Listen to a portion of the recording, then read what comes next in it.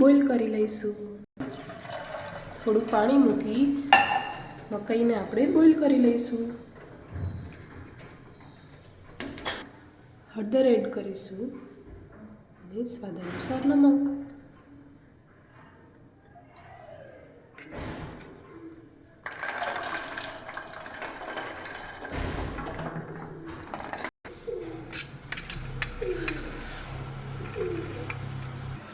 આદુ મરચાંના અને લસણના ટુકડા પણ ચાલે અને આપણે પેસ્ટ બનાવવી હોય તો એ પણ ચાલે। આપણે અહીંયા પેસ્ટ બનાવીશું।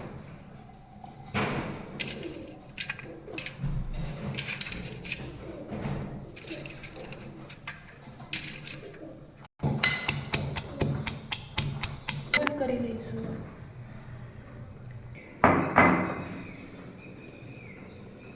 માખણ લઈશું।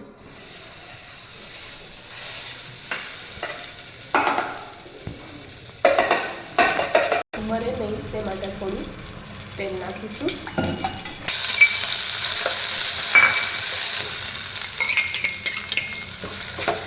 થોડી ડુંગળી નાખીશું।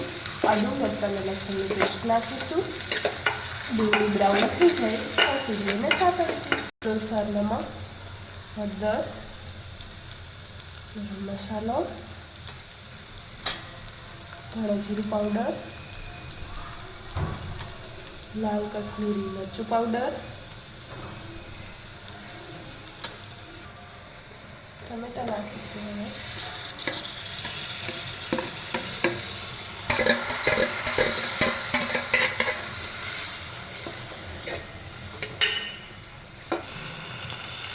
હિંગ નાખીશું। ટમેટાની પ્યુરી એડ કરીશું।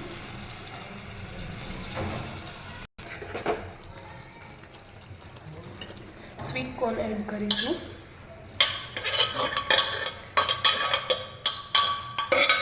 તરીના બી નાખીશું સૂકો કરીને।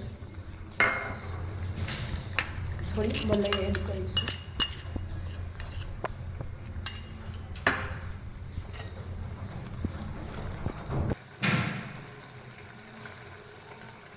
ધાણા ભાજી એડ કરી દઈશું। આપણું મકાઈનું શાક રેડી છે।